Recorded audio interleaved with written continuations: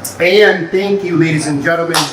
Today, I am Junior Payano from here in Steubenville. We got Dennis Grady from Buffalo. And we have Dustin Quick from what part of Canada? Windsor, Ontario. Awesome. We are this weekend attending an awesome content creator conference here in Steubenville, Ohio, led by Kyle Whittington. It's really brought tons of diverse Catholic podcasters with different mission statements. It's so beautiful to all be in the same room. And we met each other, and we're here to do this today. So, I wanted to talk to you first, Dustin Quick. Mr. Quick, tell us about you and what's the name of your show and what's your mission statement? So my show is called Holy Smokes, Cigars, Catholicism, and Conversation. I started it back in 2020.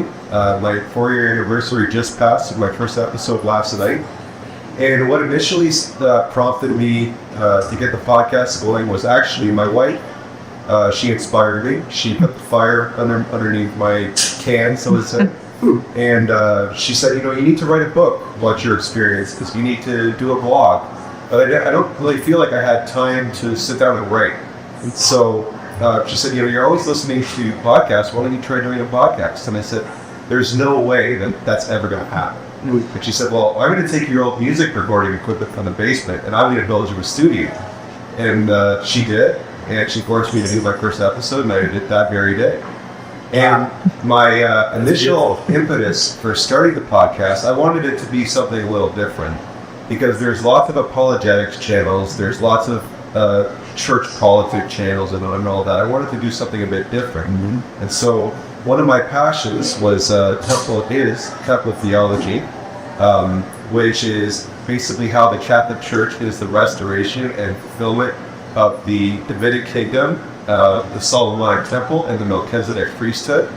And so I wanted to show how the Catholic Church is the full flowering and fulfillment of all of those elements, break down to from the architecture to the vestments to the sacramentalism, everything.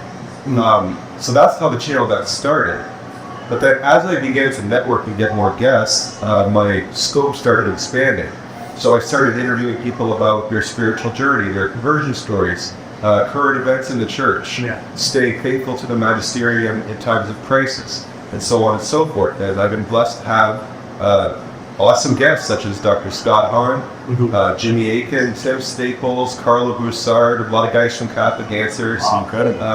So I've been very blessed. Like I said, I just passed 4 years. I'd like to get more subscribers, not for the fact that just getting more numbers, but I want to reach more souls with the message of Jesus Christ and fidelity to the magisterium, which I think is the space that is sorely lacking in the Catholic media sphere right now, and you need to counterbalance a lot of the negativity that we're seeing and hearing. So that's one of the reasons why I do what I do, in addition to showing how the Catholic Church is the ancient Israelite religion restored, fulfilled. Awesome. Contrary to people saying it's Greco-Roman paganism mixed with Jewish religion. Nice. So I want to show just how pure the faith actually is and the deep Hebrew roots that it has. Awesome. Well, first of all, I want to give a round of applause to the wife. Yes. She's somewhere in the audience side here. Tell me, what's one thing that really caught your attention in the conference so far? Oh man, it's been so amazing. I really like the gentleman who runs the Fight Cottage. I think he had some very insightful comments about how to navigate Catholic content creating and social media and how to sort of distance yourself from the negativity in the comment section and piggybacking them off of other people's videos and staying in your own lane and staying faithful to your core supporters and grow your channel that way. So I think those are some really good takeaways. But honestly, the first time you were here and went to Chesterton was just seeing people that I've had on my channel, like Swan Silva, Father John Brown, SJ, getting to see them in person and actually interact with them, smoke cigars with them. It was fantastic. Just love it. Love the whole experience, and I can't wait to be here again. It's awesome, isn't it? And here to my right, a brother of mine that I've known for years, Dennis Grady, who now lives in Buffalo. Tell us about your channel.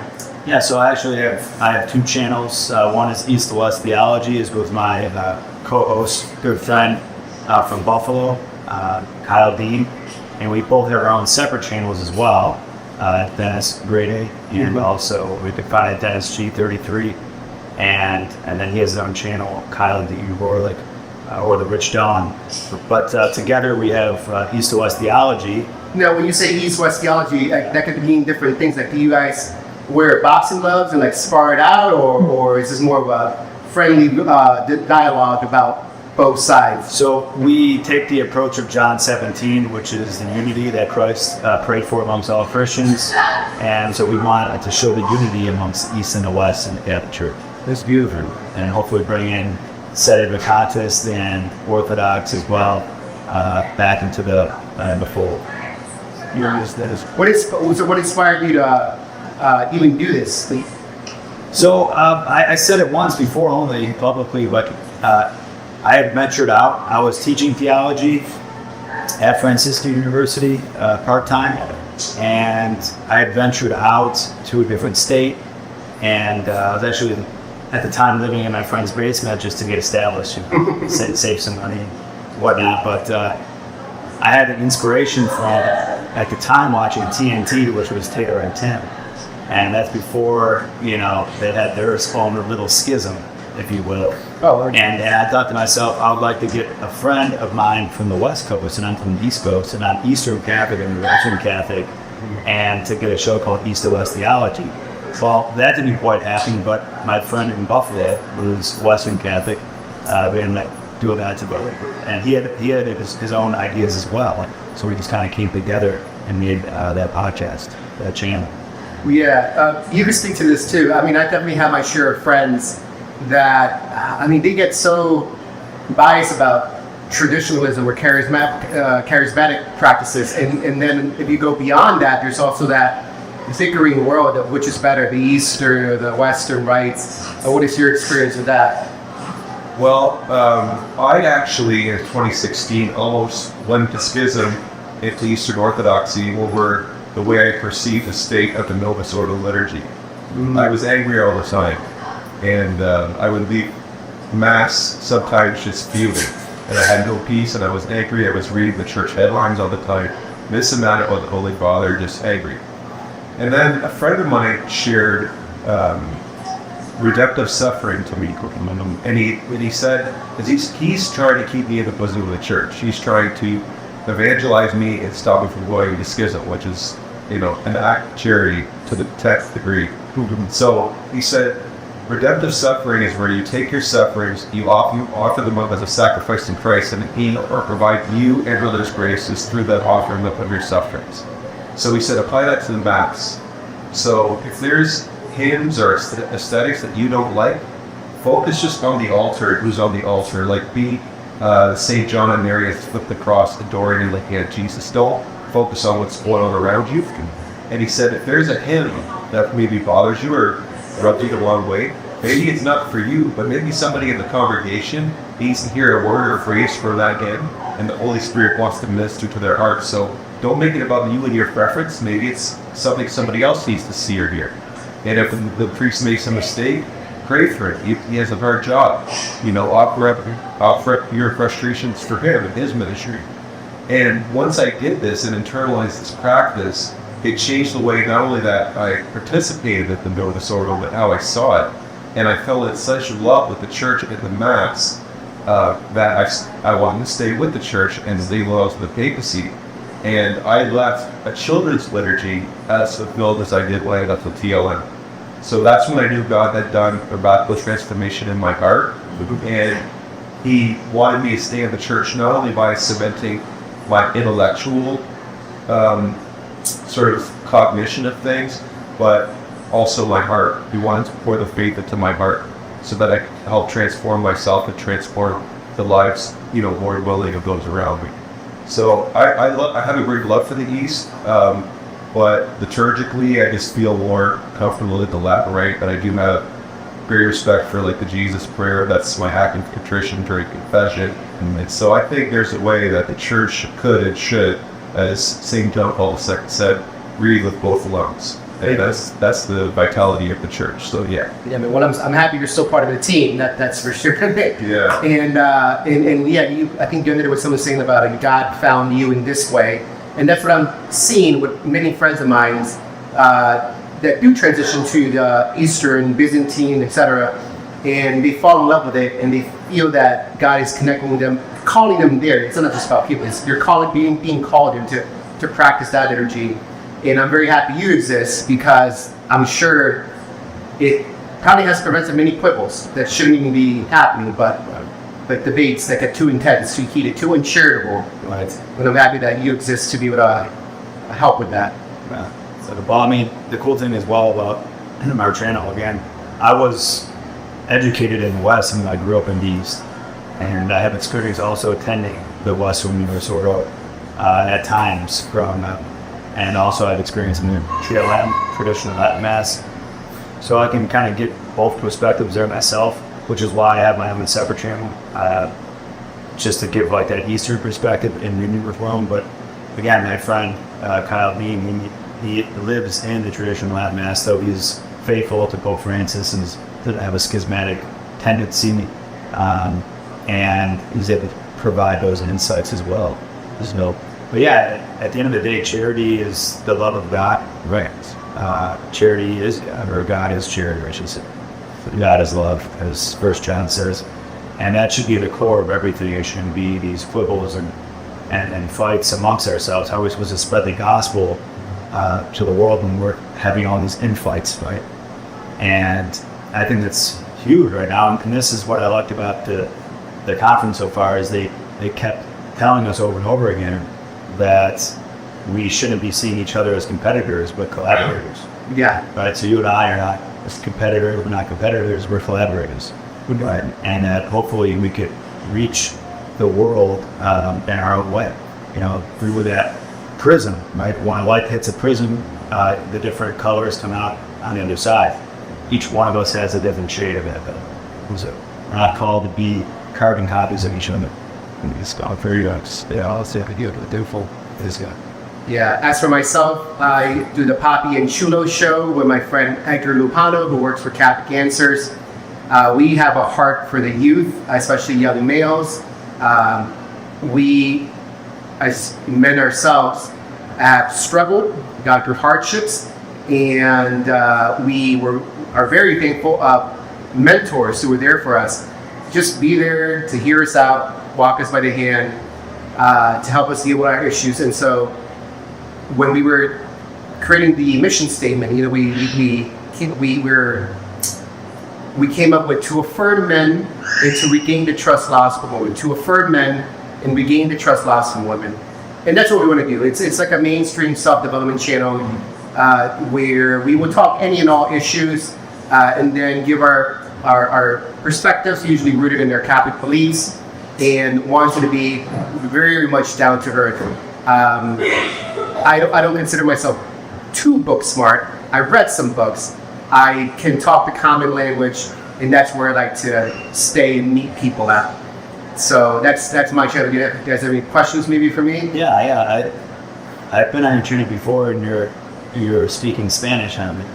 Yeah. Oh yeah. I was doing two. One with a Peruvian podcaster, not Catholic, but we would often discuss self-development topics as well. Okay. Yeah. Is that one no longer?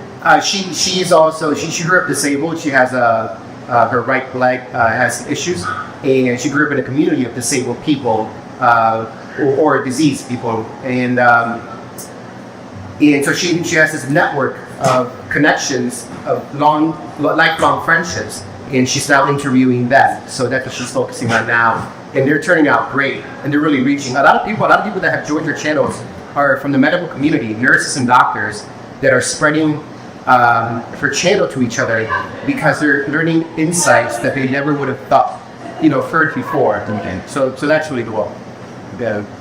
So what's the number one, maybe positive feedback that you've received, both of your channels? Regarding the Spanish channel, during 2020 pandemic, I was stuck in Peru for 5 months. I was there for vacationing and volunteering at this children's home that receives disabled youth from all over Peru, from the jungle, from the desert, from the mountains of the Andes, from the coast. They go there. It's a nonprofit. Everything's paid for. Their farming parents who wouldn't have been able to afford it can trust that would do their treatment and do whatever. So I used to go there, and I have a nursing background, so I fit right in. I was also one of the only males in the whole building of like 50 children of all ages. And one of them, a teenager who I haven't seen in 3 years, stumbled around on YouTube and found my channel, confirmed that it was me, and then he said that he liked it and he really appreciated it. And it just warms my heart that he found it randomly, and I think it was the topic of the power of the mind, and he found it beneficial. And That's awesome. yeah, hell yeah. That's beautiful, Mark. So for me, just getting feedback in terms of, wow, I never knew how deep and rich our faith actually was and is, and how rooted in the scriptures and the Hebrew tradition our faith is. And I have a new appreciation and love for it, and I feel more secure in it. So I think that would be one aspect of positive feedback. And another one, probably a bit more recent as I've covered these types of topics, is I was on the edge of rotting with traditionalism, or I was angry with the Holy Father, and I was having a bad experience in the church. But you've helped me see things in a new light, and I'm gaining more peace. And people have actually sought counsel from me. Like, I have friends who come to me in times of trouble, if they're spiritually troubled about an issue, they'll often ask me for guidance. And this is some of what I offer on my podcast, to try to, help people writ large, the way that I help friends and family members. So I would say those are some positive aspects that I believe what I do. Very good. Guys. Our last speaker said something about trying to avoid commentary, and I understand where he was coming from, trying to participate in that commentary, because it could get so toxic. So I saw where he was coming from. Do we agree that in order to avoid the temptation to fall into bickering or worrying about what people think about you, because it could also even fall into like an ego boost, where am I being complimented? And so he was totally anti checking them out, reading them, because just avoid that occasion of temptation. But we noticed that the other speaker even gave him a little pushback. Yeah. He's like, she said, but what if it would be good? But he was still in disagreement. What do you guys think about that? And which side do you kind of take? I kind of took his side, because I think that just the content that I release, it gets a lot of negative feedback, because I didn't tend to defend the Pope at times. A lot of time main focus, but it seems as if, and then even from, again, East to West theology, you have Orthodox coming in, you have radical traditionalists from the West coming in, and unfortunately not very charitable. And so we get a lot of negative feedback. Yeah. And so a lot of comments are very, very negative. So I've seen myself getting sucked into that, having to reply. It takes an hour or so to reply, all of those different comments. And, we're still small, we're still growing, so we want to show that we're involved and integrated into the channel, but it just gets too much. And at this point, I try to tactically redirect them maybe to a source that has already detailed a response for them. So hopefully charitably just tell them, maybe a little point here, and then redirect them to a source instead of writing a long message. And then again, looking at all the negativity, I try to say, hey, this is obviously where they're coming from. I shouldn't be taking it personally necessarily. So What are your thoughts? Yeah, I tend to agree with the last speaker as well. In general, I personally had a stipulation that I would close comments on my videos, and I did this up until very recently, for the simple fact that due to external factors and just my state in life and my vocation, I barely had enough time to do episodes, let alone respond and have lengthy godless comments. And I don't ever recall anyone ever saying, hey, I read a YouTube thread or a YouTube comment and it converted. I've never heard that. I've heard people watching the content and being doing things, but actual comment exchanges, I find a lot of people who engage in that, they're already set in their ways and they just want to speak to echo chambers. They're not actually open to what the other party has to say. So I opened up comments because I think it boosts the algorithm a bit, which is what I want ultimately. But if somebody says a positive comment, I'll say like, God bless you, brother or sister. If it's negative, I'll just let it go. I just won't engage it, and then the person will probably just go on to something else. Because if they're leaving negative comments, they don't want to be there in the first place, which makes me wonder why they even watch the video, or even 5 minutes. Like if you don't like it, keep scrolling. Yeah. And there's too much toxicity in the Catholic social media sphere right now, and it needs to be counterbalanced with charity. I know it sounds like a bit of a trite thing to say, but it is missing from this space, and we need to bring it back. And a lot of that has to do with how we interact with each other online. And sometimes that interaction, or that successful interaction, is going to involve discernment and actually pulling back rather than engaging. So, it says in Proverbs, you answer a fool according to his folly. Sometimes the best response is to have no response. Pick your battles so you don't have to fight everyone. And none don't play to pro before swine. Exactly. If people don't want to hear it, then don't throw your pearls out. But if somebody's receptive, then you can share with what you have, depending on where they're at, and let the Holy Spirit do the watering and the increasing. But I wouldn't waste my time and energy with people that are just angry and just want to fight. Right. And I think Chulo had a great response. Ultimately, we want to spread that fire either the molding, we get air to the fire is going to world. So I think what he said is best, just don't really engage kind of all and then go die off, because they sometimes just want to fight. They just want to hit. Right. Yeah. I think 2 principles came to my mind that I would use in approaching this topic. To each his own, I think he also said just doesn't have the time for it. It makes sense, he's a married man with many things to do. And then context matters.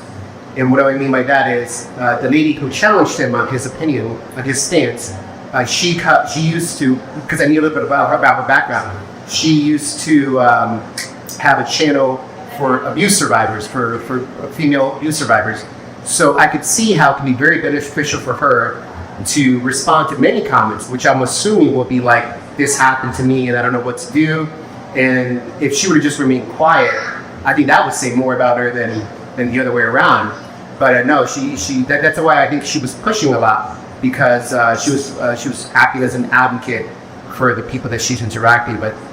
She's responded to. So yeah, I think context matters for that. Right. Yeah. And your capacity, right? Where you have the capacity. Yeah, the time. Yeah. With that, ladies and gentlemen, thank you so much for joining us today here in the beautiful Leonardo's Coffee House, impromptu podcast. These 2 gentlemen and myself. We thank you until next time. God bless. That's good.